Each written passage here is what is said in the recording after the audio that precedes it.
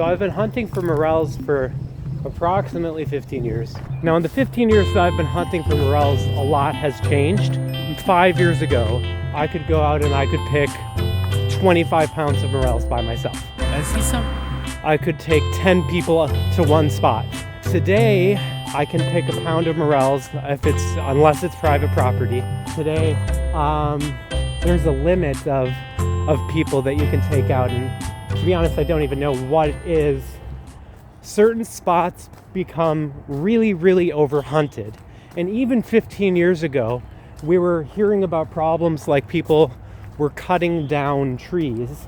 If a tree falls in the woods, are there morels around it? Maybe. But should you cut a tree down to find out? No, you shouldn't do that. And people were doing that. Look at this giant pheasant back. That is a monster. All right, you can walk along with me. I'll point it this way. So I have my early spots. I have my mid-season spots. There's also this massive spurt in growth that happens at the end of the season. The first time that I saw a late season giant morel, I thought this cannot be real. This has to be fake. 15 years ago, when I started looking for morels, it was all about how many can I find. So I wouldn't say that it's normal to find like 10 pounds of morels around a single fallen tree, but the year after this tree fell, that is exactly what happened. And they were all over, but as you can see now, nothing. There's a bunny.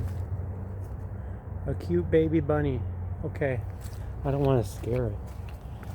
I've heard that if you scare baby bunnies, they might not find their way back, and their mother might miss them. We are hunting for late season giant morels in a spot that's very good for that. I've become aware now that there are people all around looking for morels on the same land and probably thinking that they found all of them, and then somebody else comes along and finds 50 in the exact same spot, and then they think they found them all, and then somebody else comes along and finds 50 in the same spot. They're hard to find. One of my main goals has been to tell people exactly where to go, because at the end of the day, if our concern is that there are going to be too many people out stomping around and harming the environment and knocking down trees and taking more than their fair share, if that's the problem, then I don't want to see a bunch of people out in random spots that morels would never be found at, stomping around and ruining the environment. I think if you really care about the environment and you are a morel hunter, the first thing you should do is give up your spots. Just tell people where your spots are. Go find new ones. If you say that you care about the environment and you want to be a good steward of the earth, then the last thing you should do is gatekeep spots and encourage people to go out into woods that they have no business being in and disturbing the environment.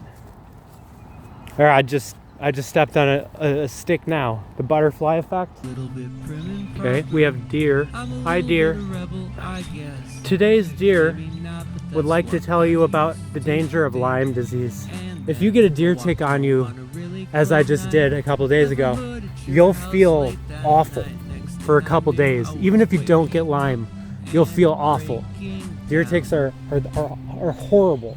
Look how beautiful this spot is.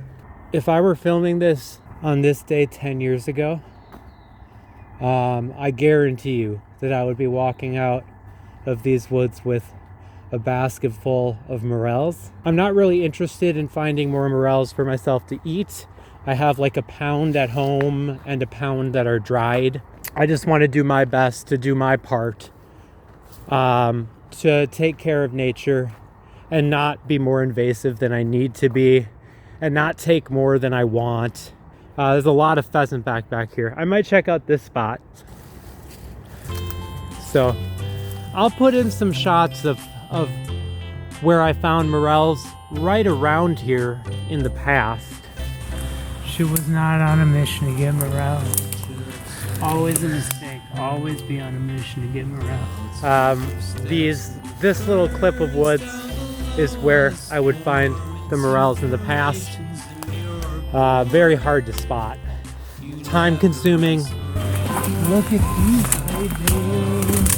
If it wasn't rainy, it would look like a gem. But being out here and being in nature and being on a hike, I am all about that. Here's what the pheasant back looks like at this point in the season. As you can see, it looks completely different than it did early in the season. This spot smells pretty strongly of morels and is pretty much right exactly on the spot where I found them in the past. So my guess would be that there are probably a few throughout these woods, or this little area. There probably still are a few, but I would also guess that that people who hunt this spot have found and taken pretty much everything. This is the spot that I have had a ton of success at late in the season, many years. And I can insert a couple clips of myself finding those morels in this spot. These are great. And then at least you can get kind of an idea of what a late spot might look like. All right, and we are on to our first morel, which is nice because I've had no outings thus far where I've failed to find a morel. Beautiful. Pinch, twist, pull. Wow. That was, even for me, that was a really good one. Beautiful, beautiful. A little leaf on it. It's not a slug. I'll take it. I didn't even bring a bag. I have no desire to pick 1,000 morels or anything like that. So I'm just in my pocket. There's the morel right there. I've got something in my front pocket for you. Why don't you come on over and see what it is? I used to come to this spot basically every day. I used to come to this spot every day after school.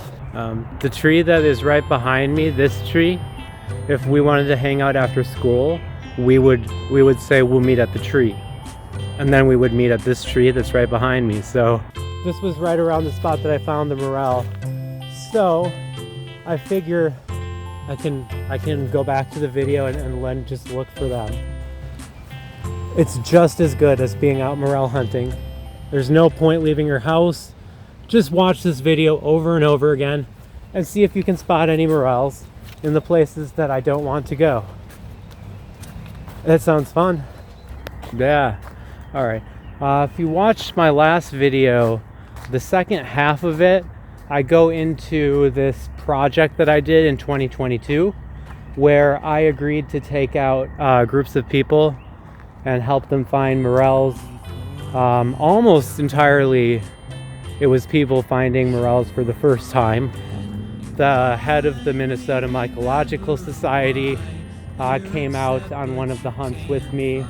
The main reason that 2023 I didn't do anything like that again, and I didn't do anything like that last year, and I didn't do anything like that this year. The reason is that in a lot of cases, the spots that I went to with people are now unhuntable.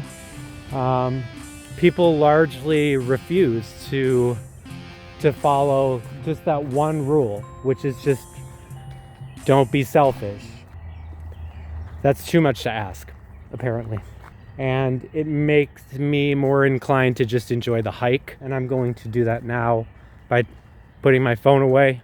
This is going to prevent them from any kind of further drying out.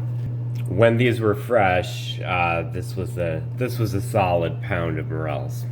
And then I'm gonna keep this one separate, I think, for now.